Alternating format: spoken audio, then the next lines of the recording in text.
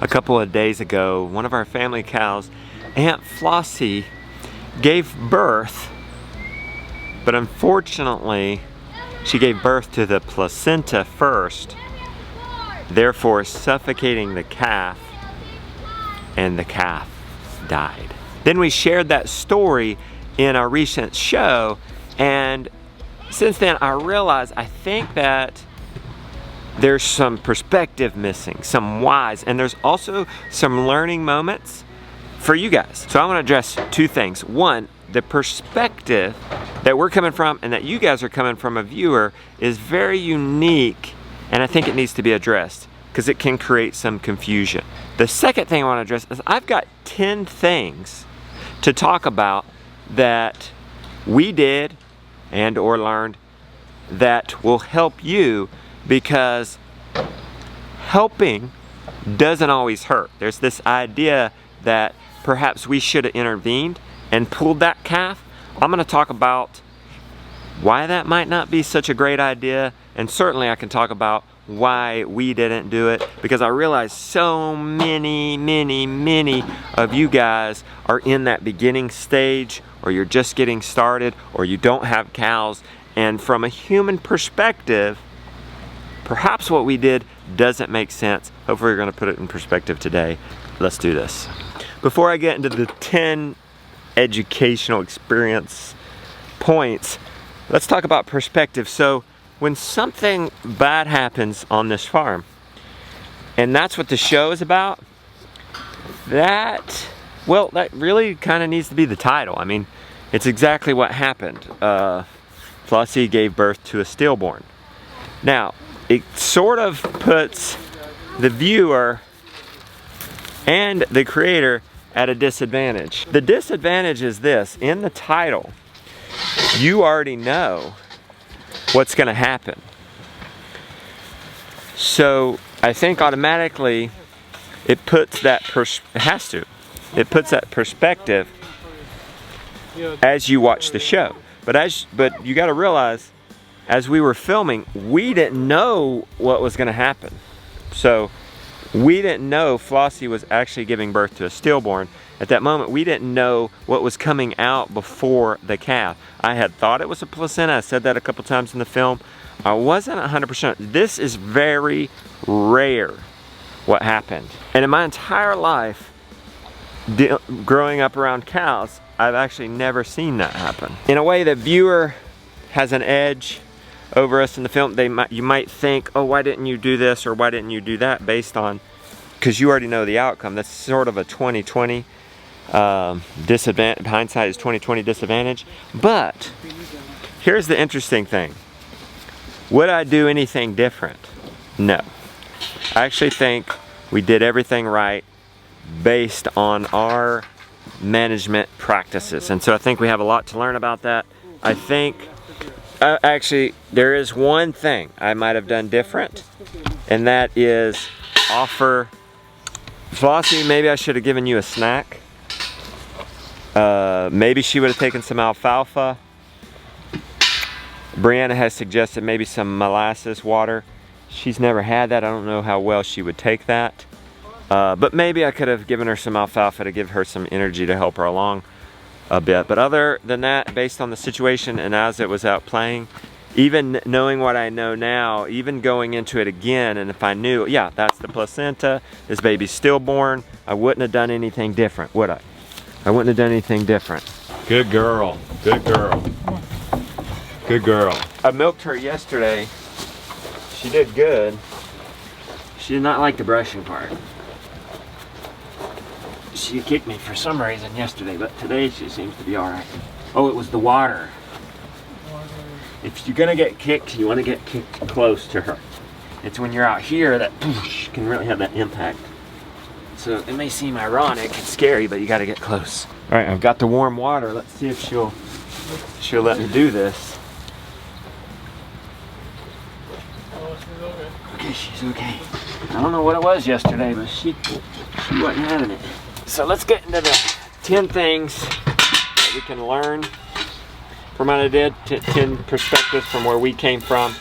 and hopefully you guys can learn a little something from it. So you definitely want to be careful and slow to intervene. Like I was saying, afraid she was going to kick me. These are very strong animals. It can be stressful on, oh, I'm jumping ahead of myself, but it can be stressful on them. It can be even dangerous. One thing that you can do is if you actually go and start helping the calf out, you could actually, well, if the calf's still alive, you could, one, pinch the umbilical cord and kill the calf. If you could actually pull the calf out, let's talk about that for a minute. It is physically difficult. These animals are insanely strong, and it looks like you could just go up and pull out. You can't. In fact, when I was growing up, I was a young boy, we had a cow. It was in distress. The calf was stuck. It was probably in a bad position. I don't remember. I'm pretty sure the calf was dead. I think mama was suffering. We tried to pull that calf out. We had to get the four-wheeler. And the four-wheeler was going down a steep hill, 35, the mom was on a steep hill. We were heading down a hill, 35-degree slope, and it was hard pulling that calf out. So it's hard. So, but if you could quite possibly tear the mama. So that leads me to my other point is these cows are largely unhandled. So, you know, they'll tolerate me milking them, but they don't like kisses and giggles and hugs, right? So it would be it's very stressful for her to for me to get close to her anywhere besides the stanchion, and it's definitely not something we do on a regular basis. So that's a stress point. I could get severely hurt if I go up to her, you know, maybe when she got on her back, whether she did that on purpose or accident. If I were to go over there, she could kick me. She is so fast and so strong. Once my dad got kicked while milking, a dog came up and barked, and it jumped the cow, and it hit him in the chest and slung him clear across the room. We're lucky he didn't break any ribs or anything like that. This is why I say I don't think we made a mistake, because we monitored it, and we had a book. We had the book Keeping a Family Cow, and it was a quick reference for us. We also have Mr. Google Pants, but you got to be careful with Mr. Google Pants, because he will give you so many answers, and anybody can really put an answer on there. So ultimately, you got to choose an authority, and for us, it's Keeping a Family Cow, but it's also, we had online direct text a man who runs a grass-based dairy. That's where we got these cows. So he even knows these cows. So we have them at our fingertips. One thing the book said was 2 hours, the pushing stage, is normal. You don't even want to start getting concerned for after 2 hours. But even then, as long as it's progressing, meaning over 30 minutes, you have to look at a 30-minute period of time. Has that baby come out any further in 30 minutes? And she was making much more visible progress than that. I mean, she was making, if you walked away for 5, at most 10, and came back, you would see even a significant difference in the distance of that calf from her. A few of you guys have noticed this and even complimented on this. This is a good cow, you know. And I asked Josh, you know, after this was over, he's the guy we got the cows from and our mentor. I said, you know, is this bad luck or is this genetics? And he said it's bad luck, and it's very rare. And why I was asking that, because guys, I'm looking for really hardy genetics. I'm raising cows for my grandchildren. I don't need stock on this farm that can't thrive here naturally. Our stock needs to not need a lot of input. So if somebody's going to be needier and not thrive here, well, it's going to be what you call coal, and you know, either sold or harvested or whatever. So the implications for us and our management style of helping someone is not, oh yeah, you didn't do it, you're gone tomorrow. No, we look into it. We look at all the implications, and we look at the replacement possibilities. You might not be able to find a better replacement. So, but I'm just saying that's some of the implications of what would happen if we were to have to intervene. But it turns out she is a hardy stock. It has nothing to do with genetics.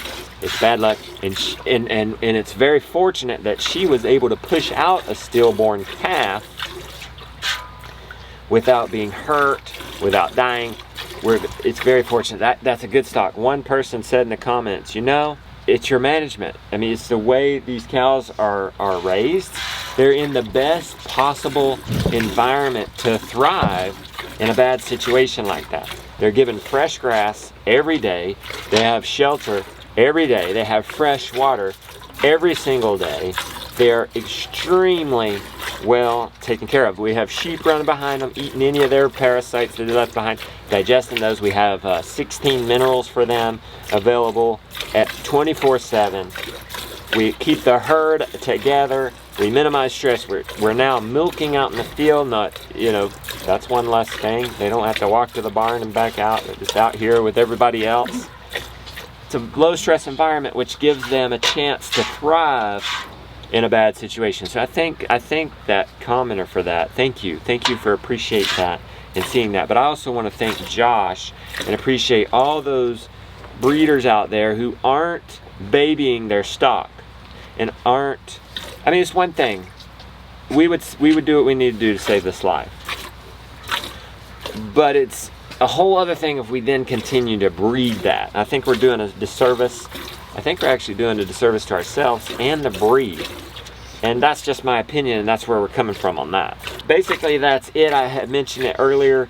There's only one thing that maybe we would have done different, and that would have been by providing snacks. Maybe that would have, I don't know.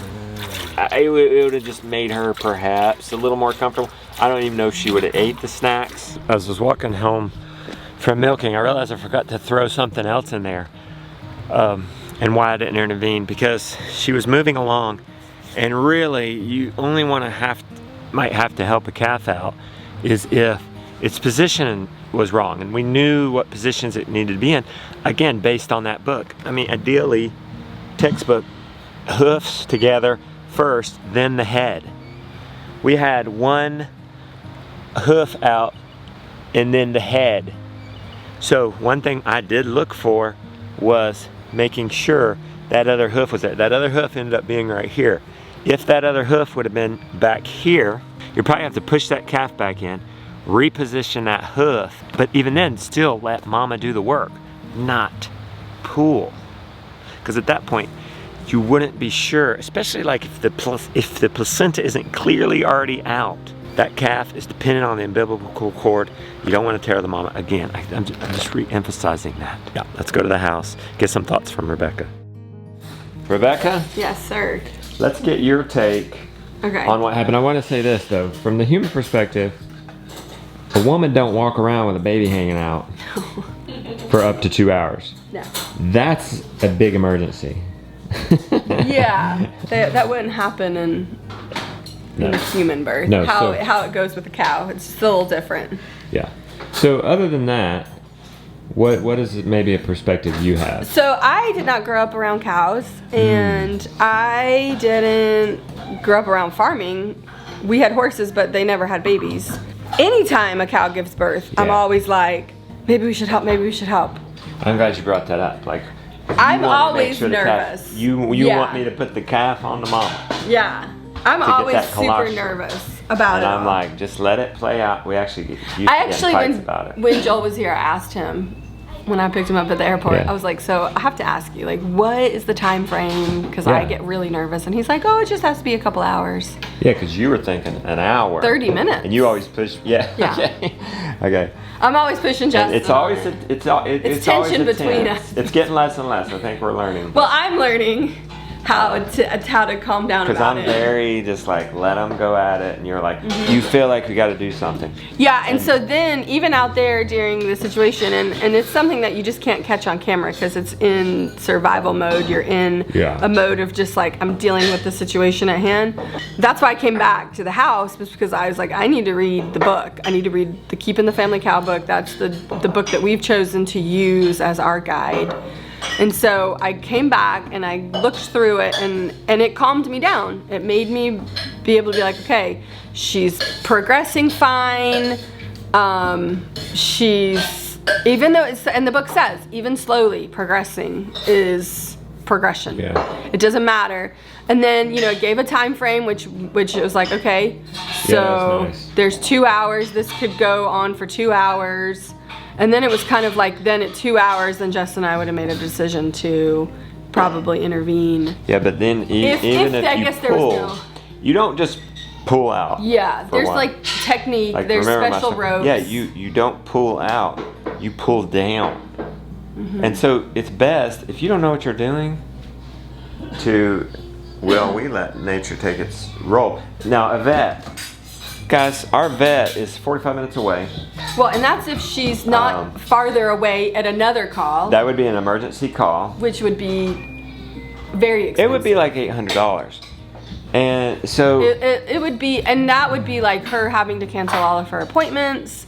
That would be like, that would just be, and what's she gonna do? She come out here and pull the calf out? well, the calf Yeah. would have been out by the time. If we were pushing 2.5-ish hours. Even if, well, she probably could have given us advice over the phone, which she's done before. Yeah, that's true. But at the same time, if we would have called her immediately, as soon as we saw the placenta hanging out, the calf would have been born by the time she got here. And then there's a whole host of issues that come with pulling a calf. Yeah. It can cause issues with the calf because it didn't get like the proper squeeze coming out. Okay, I didn't mention It can tear the mother internally. It can cause her uterus to prolapse. It can just cause a whole host of problems that cause more interventions. that. Yeah. And that, you know, we just try to be as low intervention as possible.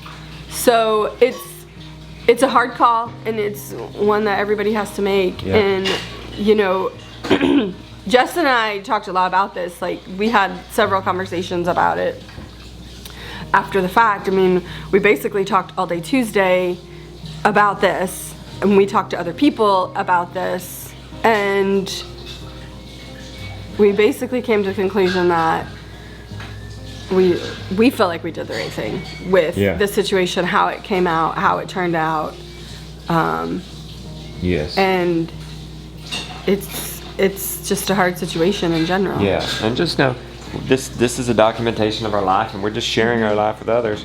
And these are our opinions and viewpoints, and others are you're gonna have to make your own decisions. But hopefully this has given you some insight, and so that at least you'll be careful if you go to start intervening, at the very least. Yeah, and the Keeping the Family Cow book, it was very specific about that. It was like, if you're going to intervene, like, you can't just start intervening and then not finish it.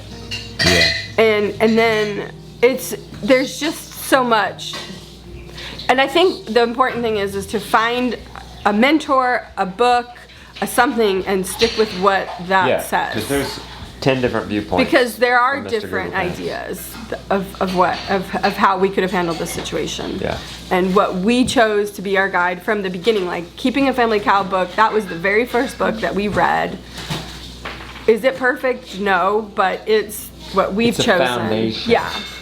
So tell the people, give a kind word as we conclude here to the folks reaching out and supporting you, and maybe even giving you some insight on what happened. I don't mind people asking, like, why didn't you? Like, I don't mind that at all, because this is a teaching moment. Like, I don't mind.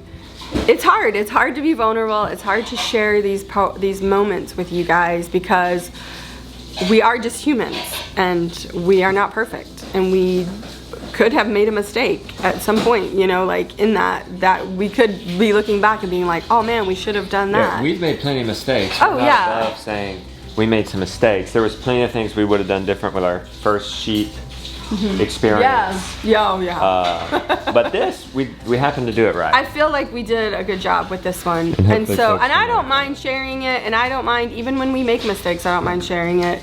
I think just I'm thankful for people who remember that we're just people, and that we could have made a mistake, and to give grace there, because nobody's gonna homestead or farm 100% correctly, and hindsight is always 20/20. I just appreciate all the kind comments that have come in, and even the questioning ones. They don't bother us. It's good, it's valuable. This is good information. Like, I put out this video because I felt like there was maybe some confusion. This is not a video for the haters.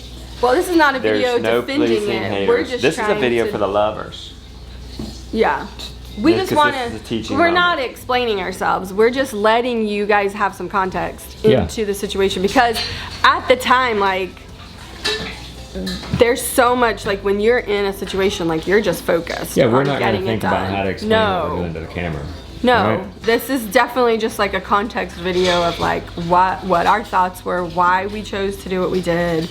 And it's okay if you want to intervene. Like, it's okay. Like, there's no judgment from us. Like, we don't care. Just be careful. But do be careful. Like, know what you're doing. That's the important part, I think. Let's wrap it up. We want to thank you guys so much for supporting us, the kind comments. We appreciate that. That's a big plus for creating these videos. We have this amazing community. A little tease. I'm about to head out. Should we tell them? Yeah, I'm about to. It's crazy how this story happened. You're gonna have to watch the whole story. But long story short, you'll get the long story tomorrow. We're going to get a calf. Yes. We're going to get a calf for Aunt Flossie. Gives me chill bumps to think about it. Oh no, I'm excited. We're gonna hope she'll adopt this calf. We'll hope this calf will adopt her. Lily, we gotta go. Lily and I are going. I gotta wrap this up. Get it to Dan Oman. He's gonna edit for me this weekend. Thank you, Grass Fed Homestead. Let's get this to Dan. Let's get on the road. Let's go get this calf. All right. See you guys tomorrow. That's gonna be a fun video.